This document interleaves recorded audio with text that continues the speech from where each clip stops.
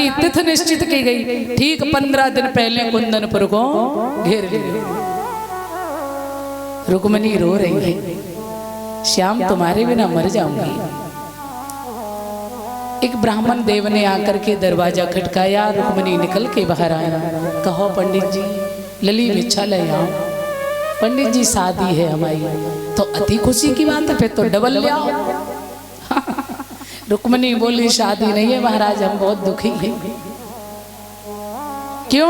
बोले मैं तो श्याम के चरणों की दासी हूँ, मगर मेरा भाई जो है वो अपने साले के साथ में विवाह करना चाहता है। मैं क्या करे पंडित जी, मैं श्याम के बिना नहीं रह सकती हूँ। पंडित जी ने कहा तो तुम कहाँ देखा है? स्वप्न में देखा है। क्या कहा था? बोले पत्र भेजना हमारे लिए। फिर तुमने भेजा कहो के हाथ से? पंडित जी कोई है ना, तुम ही चले जाओ। पंडित जी ने कही ले बूढ़ी काया, और द्वारिका तो बहुत दूर है, कैसे जाएंगे? पंडित जी अगर मेरा पत्र लेकर नहीं गए ना तो मैं तुम्हारे सामने अपनी आत्महत्या कर लेंगे। अरे लली मरो मती, तो पत्र लिखो। रुक्मिणी पत्र लिख रही हैं, अपने हृदय की वेदना को उस पत्र में लिख दिया है। हे द्वारिकाधीश, हे जगत के पिता, मैं आपकी अर्धांगिनी हूँ। मैंने मनसा वाचा कर्मणा तीनों प्रकार से आपको अपना पति स्वीकार कर लिया है, और मैं बस आपकी ही हूँ। आप यदि नहीं आए तो रुक्मिणी आपको जीवित नहीं मिलेगी। और रो रही है रुक्मिणी। पत्र लिखा और ब्राह्मण देव से कहा है चले जाओ। पंछी ले जा रे संदेश, मेरे श्याम पिया के देश। चिट्ठी में सब कुछ लिख डाला, चिट्ठी में सब कुछ लिख डाला, रहा न कुछ भी शेष। पंछी वो पंछी ले जा रे संदेश, मेरे श्याम पिया के देश। पंछी ले जा रे श्याम पिया के देश। पंछी ले जा रे संदेश, मेरे श्याम पिया के देश। पंछी ले जा रे संदेश, मेरे श्याम पिया के देश।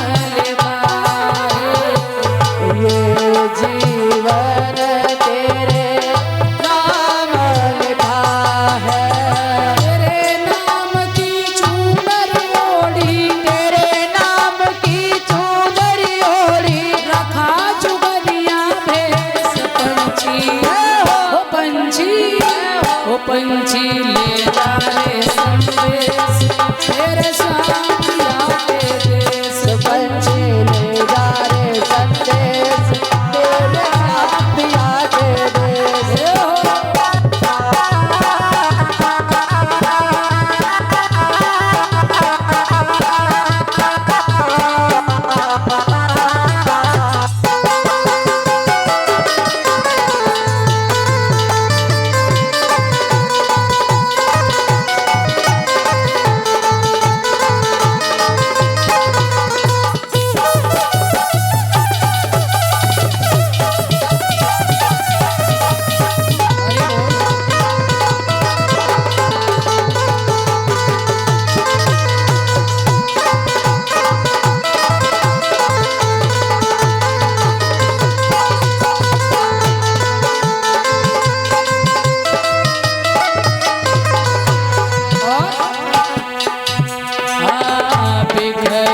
गए माला के मोती, बिखर गए माला के मोती, चली गई आँखों से ज्योति, चली गई आँखों से ज्योति,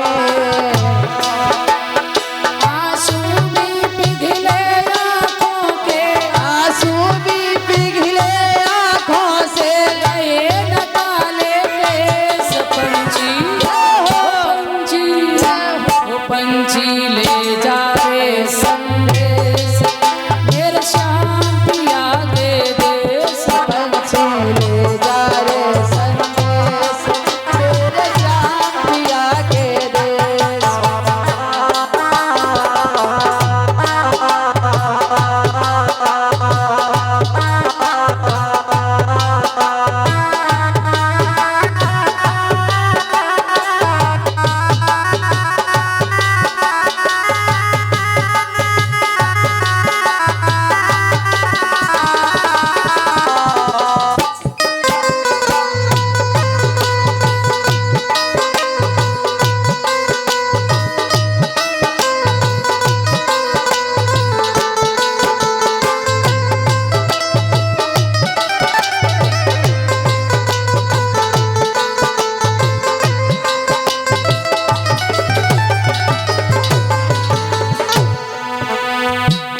रो रो कर मैंने लिख दी है अर्जी, रो रो कर मैंने लिख दी है दे, प्रीति निभा जा ओ बेदर्दी, प्रीत निभा जा ओ बेदर्दी, तेरी खातर जोगन बन गई, तेरी खातिर जोगिन बन गई, तेरी खातिर जोगन बन गई, तेरी खातिर जोगिन बन गई। रखा जुबनिया भेष पंछी, ओ पंछी, ओ पंछी ले जा रे संदेश मेरे श्याम पिया के देश। पंछी ले जा रे संदेश मेरे श्याम पिया के देश।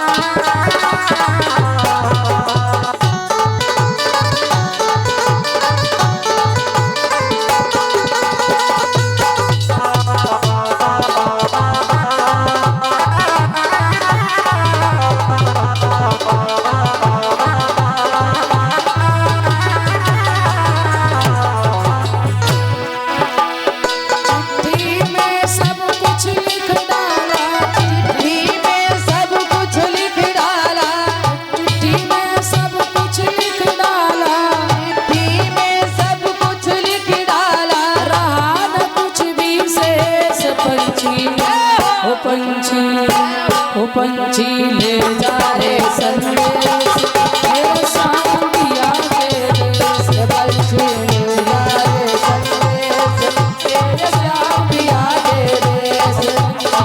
ले जा रे संदेश मेरे श्याम पिया के देश। ले जा रे संदेश मेरे श्याम पिया के देश।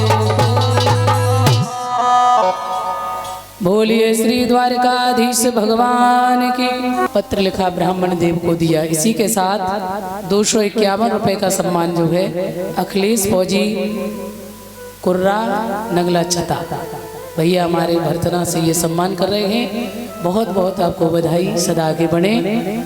श्री सुखदेव जी कहते हैं आज ब्राह्मण देव ने देखा रुक्मिणी दुखी हैं, पत्र लेकर के जा रहे हैं। ऐसा ही नहीं, द्वारिका बहुत दूर है। एक वृक्ष के नीचे विश्राम कर रहे हैं ब्राह्मण देव। द्वारिकाधीश समझ गए पंडित जी तो आराम कर रहे हैं। माया के द्वारा उठाया, द्वारका में लिटवाया, सर्व द्वारिका सोने से बनी है। देखा, अरे भैया यहाँ कन्हैया रहते का? हाँ, क्या बात है? बोले मुझे मिलना है उनसे। चले जाओ महाराज जी, बलराम की सभा में अंदर मिलेंगे। पंडित जी अंदर गए, भगवान बैठे हुए थे आसन पर, पत्र जाकर के दिया है और सारा हाल बताया। गोविंद, यदि जरा देर कर दी तो रुक्मिणी मर जाएगी, चलो श्याम। कन्हैया ने कहा भैया तो बिल्कुल ना भेजेंगे, कहा हमारे दुश्मन बहुत हुए। हाँ, और डर के चक्कर में हम लोग तो द्वारिका में रह रहे, बहुत मुश्किल है। अरे बोले कन्हैया आप नहीं गए तो रुक्मिणी मर जाएगी। तो कन्हैया तैयार हो गए। जब रुक्मिणी का पत्र पढ़ा है ना तो भगवान श्याम समझ गए दुखी है रुक्मिणी। मेरे सज्जनों, भगवान कन्हैया ने कहा चलो ठीक है, अच्छा। सबसे तेज गति से दौड़ने वाला जो घोड़ा है ना, भगवान ने उसे तैयार किया। और जैसे ही पंडित जी के साथ आगे बढ़े, उधर से आए बलराम। कहाँ? अच्छा, पहले के बच्चे सम्मान बहुत करते थे। पहले यदि लड़का के शादी वाले लोग आ जाएं तो लड़का सामने नहीं आता था। और अब परीक्षा महाराज तो दिशा ही खराब है ईमानदारी की। इंची टेप संग ही लेके जे कि देखें लड़की हमारे हिसाब की है कि ना है। अच्छा एक बात बताओ, वैसे एक बात मैं बता दे, एक लड़की थी पढ़ी लिखी, और उसे लड़का गया देखने, तो 4 लोग और भी साथ में थे। देख लिया, सब पूछ लिया, पढ़ी है? बोले हाँ। और खाना बना लेते? बोले हाँ। गाना गा लेते? हाँ। नाच लेती हो? बोले हाँ। और लड़का चलने लगा। सो लड़की भी बड़ी चालाक थी, उसने पूछा जाके और इनसे कह दो कुछ हाना का जवाब तो देते जाएं। थोड़ी पतली कर भैया, हाना का जवाब तो देते जाएं। तो जैसे ही अब वो लड़का बोला कि घर ही जाके देंगे इसका जवाब, तो उसने कहा हमने तो यहाँ उत्तर दिया। आपने कहा पढ़ी हो? हाँ। भोजन बना लेती हो? हाँ। नाच लेती हो? हाँ। गा लेती हो? हाँ। तुम तो मेरे एक ही प्रश्न का उत्तर दे दो बस। बोलिए बताओ, तुम तबला बजा लेते हो? तो अब लड़का की सांस बंद। तबला?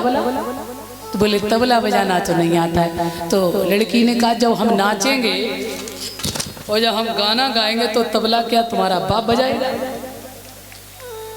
बोल गोविंद भगवान की। और बात सत्य है। लल्ला नाम बता। शिवांश भैया ये सम्मान कर रहा है पगड़ी से, माला से और 101 रुपए से। सदा आगे बढ़े। हवेलिया से तुम मर रहे थे पीछे तो अच्छा सम्मान करते नहीं। तुम मम्मा बुराई मत मानिए, देखो मम्मा तो हमें ऐसे काट रहा था। हाँ, मामा बहुत बढ़िया है, ऐसी बात है। तो आ जाइए, ये भैया हमारा सम्मान कर रहा है हवेलिया से। तो भगवान आपको सदा सुख समृद्धि दे, सदा आगे बढ़े, भगवान से मेरी कामना है। तो कहने का मतलब ये है कि हम लोग जब जाते हैं लड़की को देखने तो क्या देख सकते हो? उसकी चमड़ी देख सकते हो, रंग स्वरूप देख सकते हो, गुण तो देख नहीं सकते हो। और जब तक गुण अच्छा नहीं होगा, गुणई की तो पूजा है। खूब लंबी बहू हो, गुण अच्छे ना है तो क्या करे बाबू बताओ? खूब सुंदर हो और गुण एक भी अच्छा नहीं है तो बस सकल को क्या करोगे बताओ? है कि नहीं? गुण की पूजा होती है सदा। गुण यदि अच्छा है तो रंग स्वरूप भले ही कोई अंतर हो जाए चलेगा, मगर यदि गुण सुंदर नहीं है तो ये बाहर की सुंदरता थोड़ी सुंदरता होती है। अंदर से जब व्यक्ति सुंदर होता है तभी वो सुंदर कहा जाता है। और एक बात और बता दीजिए, लली लेने की आजकल की, क्योंकि इन्हें होश तो है नहीं है और ईमानदारी की जितना जे देख के आता उतना ही फदियत हो रही है आजकल।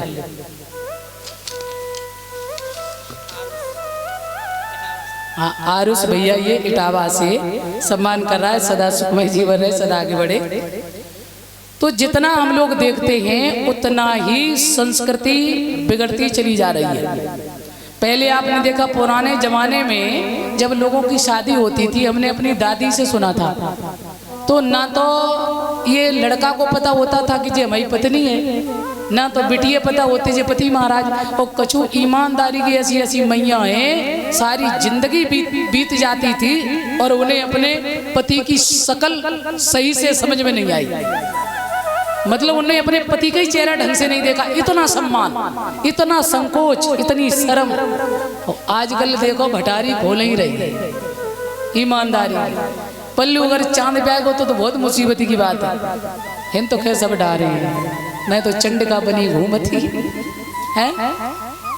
और मैं ये आपको बता दें, बड़े बुजुर्गों का, बड़े बुजुर्ग जिस बात को कहें उन्हें बच्चों